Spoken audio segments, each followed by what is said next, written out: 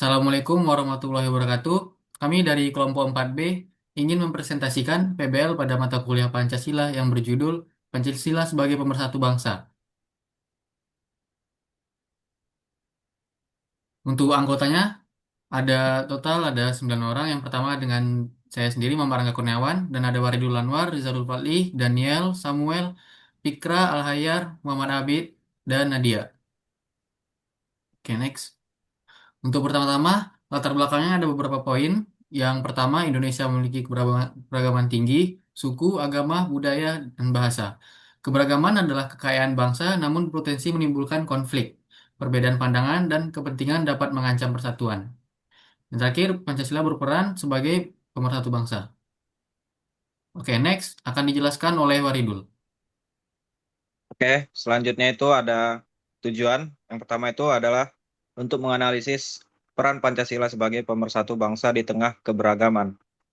Lalu poin dua untuk menjelaskan pentingnya penerapan nilai-nilai Pancasila dalam menjaga persatuan dan kesatuan bangsa.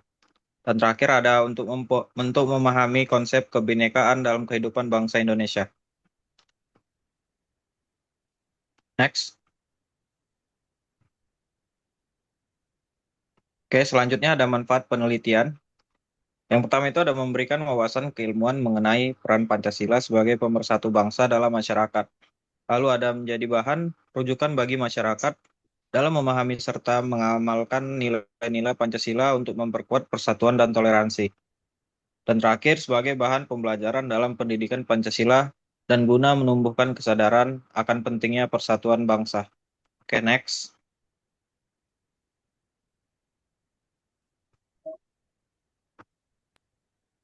Baik, selanjutnya yaitu kajian teori. Adapun landasan teoritis yaitu satu Pancasila sebagai konstruksi filosofis, ideologis, dan sosiologis. Kedua, pendekatan multidisipliner. Yang ketiga, teori fungsionalisme struktural. Keempat, teori konstruksi sosial realitas. Dan terakhir, teori nasionalisme kultural. Selanjutnya,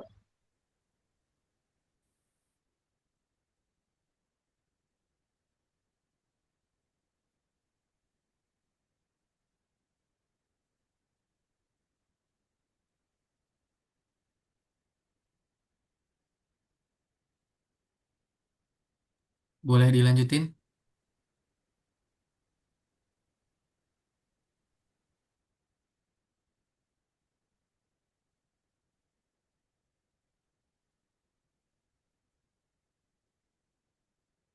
Yang pertama, aspek historis dan yuridis formal, genealogi penelusuran Pancasila, BPUPKI, dan PPKI. Pancasila sebagai Grundrom Dasar Konstitusional UUD 1945.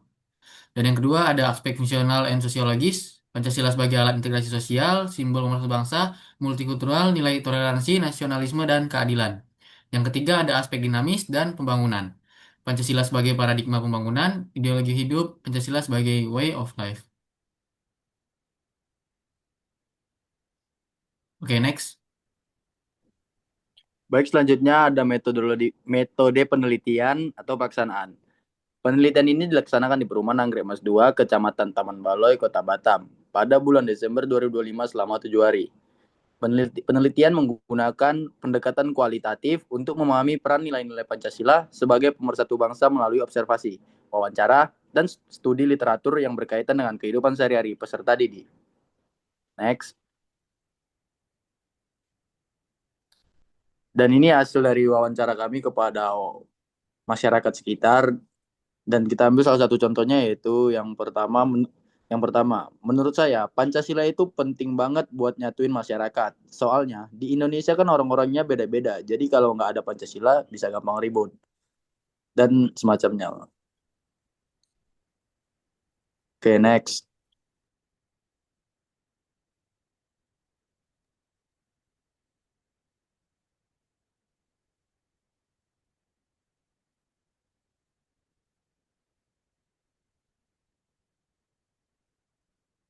Pembahasan pertama, persepsi masyarakat terhadap Pancasila cenderung positif. Kedua, nilai toleransi, gotong royong, dan musyawarah masih diterapkan. Tiga, Pancasila dipahami sebagai nilai yang hidup. Keempat, adanya persepsi kritis terhadap implementasi Pancasila. Kelima, dipengaruhi oleh realitas dan pengalaman sosial. Next. Oke, baik. Kesimpulan, Pancasila merupakan dasar negara yang memiliki legitimasi historis dan konstitusional, berfungsi sebagai pemersatu bangsa dalam masyarakat yang menyemuk, serta menjadi ideologi yang hidup dan relevan dalam menghadapi tantangan globalisasi dan menjaga persatuan serta keberlanjutan pembangunan nasional. Next. Oke, next yaitu saran. Penguat internalisasi nilai-nilai Pancasila perlu dilakukan secara berkelanjutan melalui pendidikan keteladanan pemimpin serta implementasi nyata dalam kebijakan publik dan kehidupan sosial agar Pancasila tidak hanya dipahami secara normatif, tetapi benar-benar dihayati dan diamalkan sebagai pedoman dalam menjaga persatuan dan keharmonisan bangsa. Oke, demikian presentasi dari kami. Semoga memberikan wawasan baru dan bermanfaat bagi kita semua. Terima kasih atas perhatiannya.